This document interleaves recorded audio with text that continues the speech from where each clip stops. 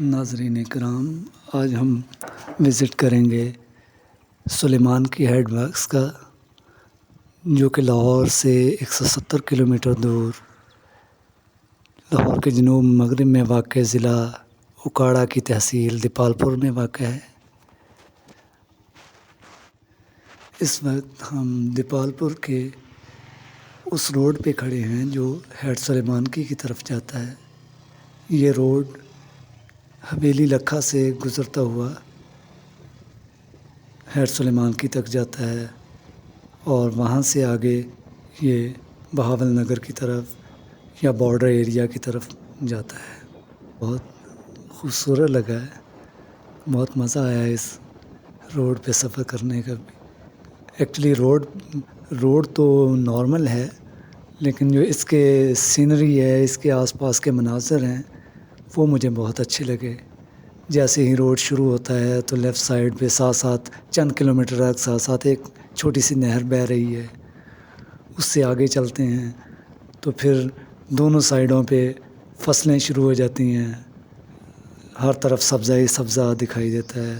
Road کے کچھ areas میں روڈ کے دونوں سائڈوں پہ گھنے درخت ہیں اور روڈ پہ سایہ ہے ان درختوں کا، تو وہ بھی ایک بہت خوبصورت سا منظر لگتا ہے کہ روڈ کے دونوں سائڈوں پہ درخت ہوں اور روڈ کے اوپر سایہ اور پورا روڈ گرین دکھائی دیتا ہے۔ اگر آپ لاہور سے آ رہے ہیں تو دیپال پور تک آنے کے دو راستے ہیں۔ ایک تو یہ ہے کہ آپ اکاڑا آئیں اور اکاڑا سے دیپال پور کی طرف جائیں، اور دوسرا راستہ جو ہے وہ یہی ہے کہ اکاڑا کی طرف لاہور سے اکاڑا کی طرف آنے والا جی ٹی روڈ جو ہے، اسی پہ ہی ایک اسٹاپ آتا ہے اختر آباد سے ایک روڈ نکلتا ہے جو کہ شیر گڑھ اور حجا شاہ مقیم سے ہوتا ہوا دیپال پور کی طرف جاتا ہے۔ تو یہ جو دوسرا راستہ آپ کو بتایا اختر آباد، شیر گڑھ، حجا شاہ مقیم سے ہوتا ہوا دیپال پور تک، اس راستے کا سفر بھی خاصا انجوائیبل ہے۔ بہت خوبصورت مناظر ہیں یہاں بھی، اسی طرح ہر طرف ہریالی ہے، سبزہ ہے، فصلیں ہیں، اور گرینری کی وجہ سے بہت خوبصورت سا پرسکون سا یہ والا سفر لگتا ہے۔ ہاں، ایک خامی ہے اس سفر میں کہ کہیں کہیں گرد و غبار، مٹی اڑتی ہوئی بھی دکھائی دیتی ہے۔ لیجیے، اب ہم پہنچ چکے ہیں ہیڈ سلیمان کی۔ یہ پہلی نہر ہے اور یہ اس کے ساتھ جو گرینری نظر آ رہی ہے، یہ فارسٹ پارک بھی ہے ادھر۔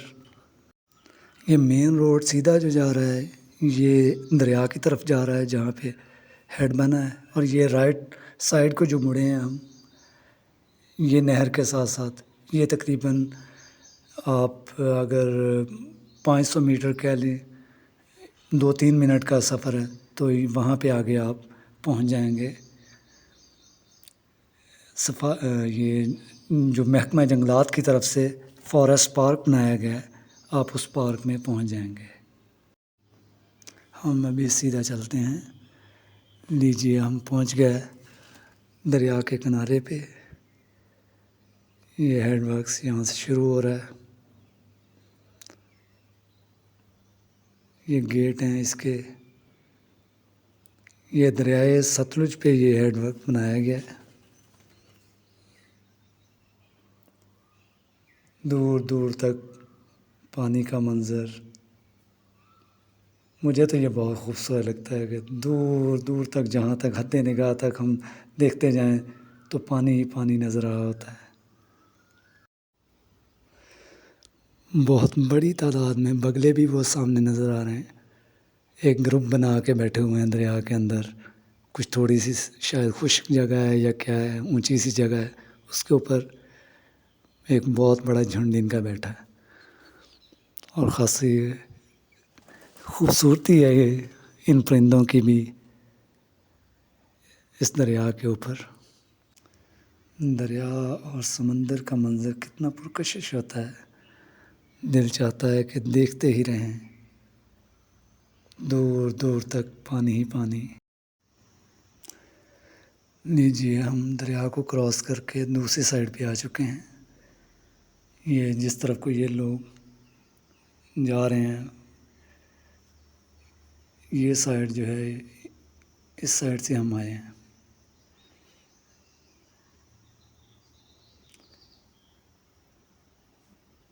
ادھر سے ہم آئے ہیں، جو روڈ ہمیں نظر آ رہا ہے اس وقت. یہاں پہ یہ چھوٹی سی مسجد بھی بنائی گئی ہے، اور اس کے پاس ہی رینجرز کی چوکی بھی ہے. رینجرز کی چیک پوسٹیں بنی ہوئی ہیں، کیونکہ یہ بارڈر کا ایریا ہے، اس لیے یہاں پہ رینجرز کی سیکیورٹی کا بھی ہے. دریائے ستلج میں پانی ہیڈ سلیمانکی کے مقام پر 2 جگہوں سے آتا ہے. ایک تو انڈیا سے اگر وہ کبھی چھوڑ دیں سیلاب کے دنوں میں، یا دوسرا جو اصل مین سورس ہے وہ ہے کہ دریائے چناب سے ایک نہر ہیڈ بلوکی کے مقام پہ دریائے راوی میں آتی ہے، اور پھر دریائے راوی سے ایک نہر دریائے ستلج میں آتی ہے ہیڈ سلیمانکی کے مقام پہ. اور یہ دریائے راوی سے آتا ہے، سارا پانی جو ہے وہ دریائے راوی سے آ کے یہاں پہ جمع ہوتا ہے. دریائے چناب کا پانی ہے ایکچوئل میں، یہ جو دریائے راوی سے ہوتا ہوا دریائے ستلج میں آ جاتا ہے. اور پھر یہاں سے یہ 2 نہریں یہ جڑواں کر کے نکالی گئی ہیں. ایک نہر جو ہم نے ہیڈ ورک کے سٹارٹ میں دیکھ لی تھی وہ ہے. تو 3 نہریں ٹوٹل سلیمان کی ہیڈ سے نکالی گئی ہیں. اور ان نہروں کا پانی جو ہے وہ چولستان کو، بہاول نگر اور پاک پتن کے ایریاز کو سرو کرتا ہے. چلیں اب ہم دریا کے کنارے کنارے تھوڑی سی سیر کرتے ہیں اور دیکھتے ہیں کہ اس طرف کا منظر کیسا ہے. دریا کے کنارے کی طرف جانے کا سوچا، ادھر چلنے لگا تو آگے چیک پوسٹ تھی. انہوں نے پہلے مجھ سے شناختی کارڈ لے کے رکھا ہے، اس کے بعد پھر آگے جانے کی اجازت دی ہے، کیونکہ آگے وہ بارڈر ایریا شروع ہو جاتا ہے، جس کی وجہ سے وہ سیکیورٹی رسک کے تحت آپ سے آپ کا شناختی کارڈ لے لیں گے. اور یہ پوچھا کہ کیا آپ کو میڈیا سے ہیں، کیا ہے، پتہ نہیں میڈیا کی کیوں انہوں نے یہ کویشچن کیا. اور کیا آپ کیمرے کے ساتھ بنانا چاہ رہے ہیں ویڈیو. میں نے کہا کہ میں ویڈیو بنانا چاہ رہا ہوں. تو انہوں نے کہا کیمرے کے ساتھ. میں نے کہا نہیں، موبائل کے ساتھ. کہنا ٹھیک ہے جائیں. یہ نہیں معلوم کہ کیمرے کے ساتھ الاؤ ہے یا نہیں ہے.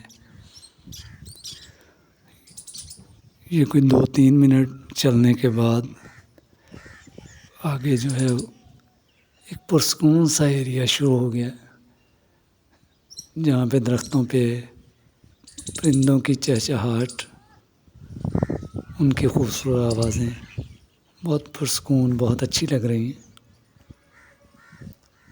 میرا خیال ہے کہ اگر فیملی کے ساتھ آیا جائے تو اس ایریا میں بیٹھ کے پکنک کو انجوائے کیا جا سکتا ہے.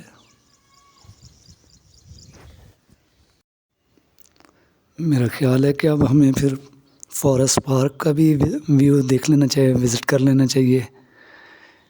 تو چلیں ہم چلتے ہیں پھر فارسٹ پارک میں. اب یہ آپ لوگ بتائیے کہ پارک میں جانا ہے یا پارک میں جانا ہے، کیونکہ یہاں پہ میں نے 2 لوگوں سے پوچھا کہ فارسٹ پارک کس سائڈ پہ ہے. اس وقت مجھے نہیں پتہ تھا. تو دونوں افراد تھوڑا سا حیرانی سے سوچنے لگے کیا پوچھ رہا ہے.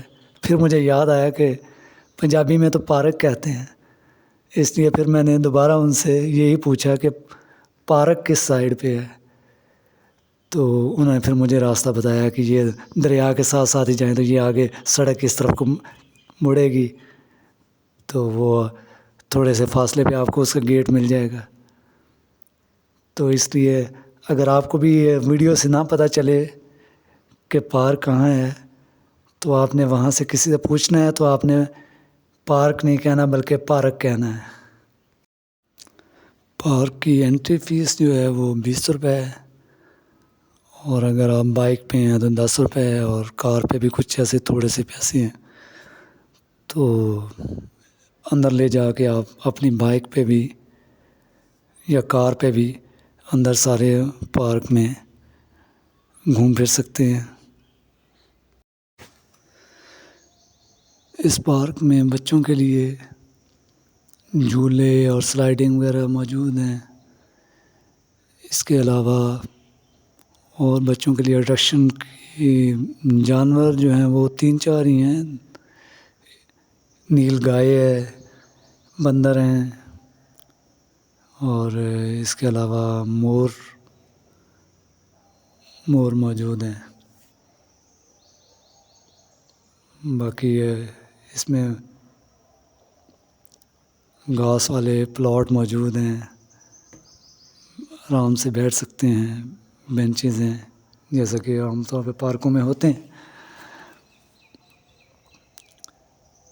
وضو کے لیے جگہ ہے، مسجد ہے، واش روم وغیرہ موجود ہیں.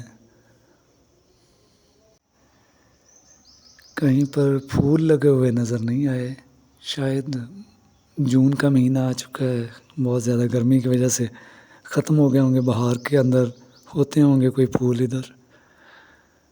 اور جہاں تک درخت ہیں وہ روٹین کے جو پنجاب میں درخت پائے جاتے ہیں، شیشم کی، کربگن، سفیدہ وغیرہ، یہ درخت موجود ہیں ادھر.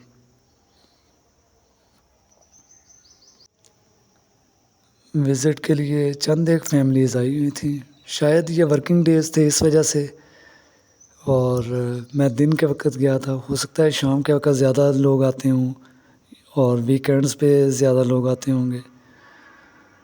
تو ایک اچھی جگہ ہے، وزٹ کرنا چاہیے. پرسکون، سرسبز، خوبصورت، اور آبادی سے کافی دور ہونے کی وجہ سے دھوئیں اور آلودگی سے پاک، تر و تازہ ہوا. پارک میں کھانے پینے کی چیزیں تو نہیں ملتی، البتہ ہیڈ پہ موجود تھیں کھانے پینے کی چیزیں. تربوز کا ڈھیر لے کے بیٹھا ہوا تھا ایک آدمی. اس کے علاوہ کچھ اور پینے کی چیزیں بھی موجود تھیں، اور آئی تھنک فش بھی مل جاتی ہے ادھر نزدیک سے ہی.